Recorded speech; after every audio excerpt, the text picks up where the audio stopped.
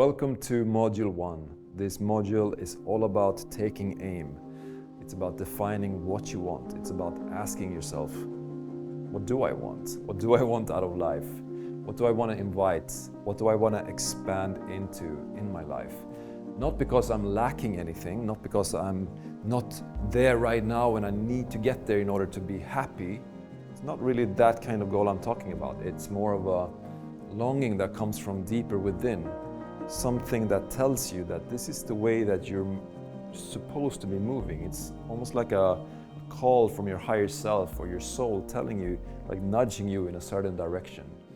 So we want to clarify our goal, we want to clarify our purpose. These are two different things, but they should go hand in hand always.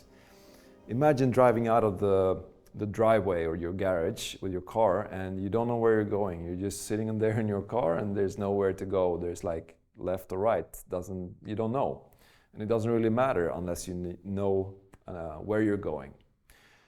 I, for one, lived my life for many, many years in a way that was just flowing. I didn't have a direction. I was just flowing and see where life wanted to take me. And that was all very beautiful. I had a lot of good times. I met a lot of beautiful people and I went to a lot of different places.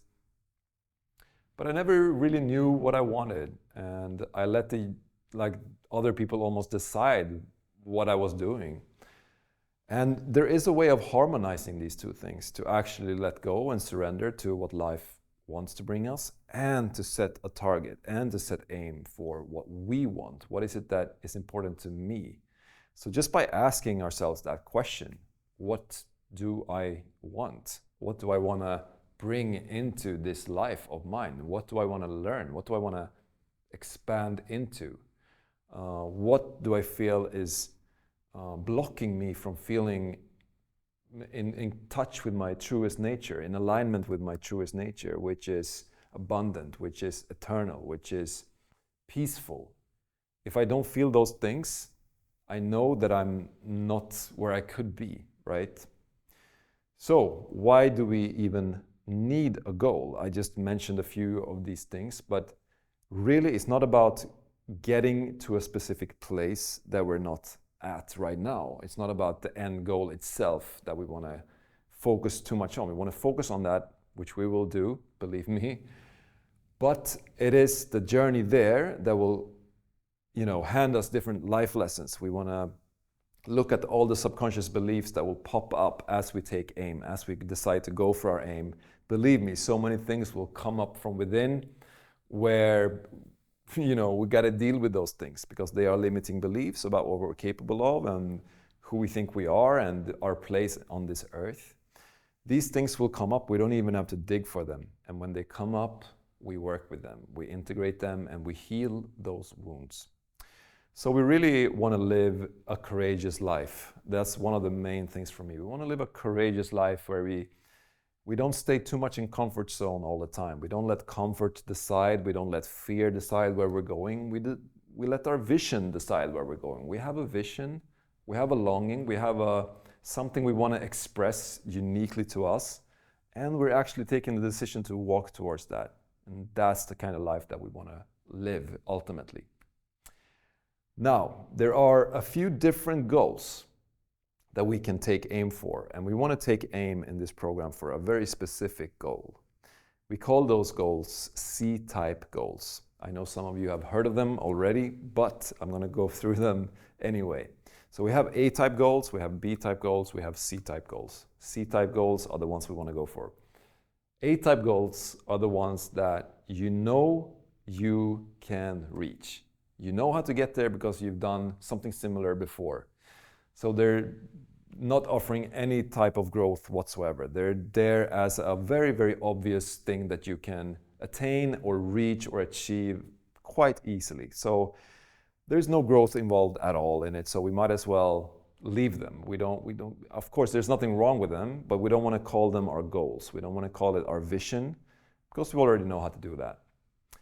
The B-type goal is the type of goals that we think we can reach and attain if we just have the perfect plan. If we know every single step, we lay out the entire puzzle to get there, the entire roadmap is already set, and we just start walking that path. The problem with these type of goals is that we kind of easily get bored with these goals because we know deep inside that, I already know how to get there. There are no surprises, there are no growth really behind those kind of goals either. So why should I even try, We can of course have these small goals where we have the perfect plan to get there if it's important to you, but we shouldn't let it be our main vision, our main goal. The C-type goals, however, these are the goals that we should have in the forefront. These are the goals that we should really set, and we should set them quite high. We should set them really high because then we will grow to a very large degree as we start to go for them.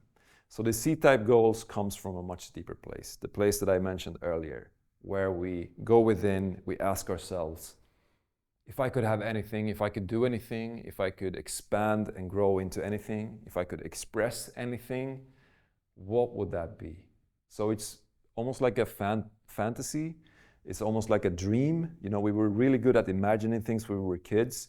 We didn't have any limitations at that age. We were just, I want to be an astronaut, or I want to be this or that.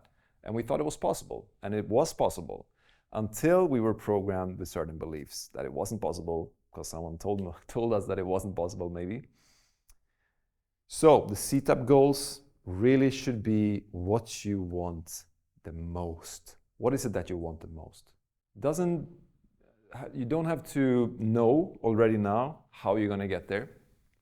That's actually one of the main things. You shouldn't know how to get there because the steps will reveal themselves as you go on this path. So set a goal that is really aligned with what you actually fantasize about. What would I do if I had no limitations? If nothing was in my way, what would I go towards?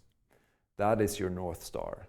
Yeah? And as we begin to fantasize, slowly we begin to process this fantasy more and more into our more analyzing brain, part of the brain that is like, okay, turning this into an idea, more of a concept.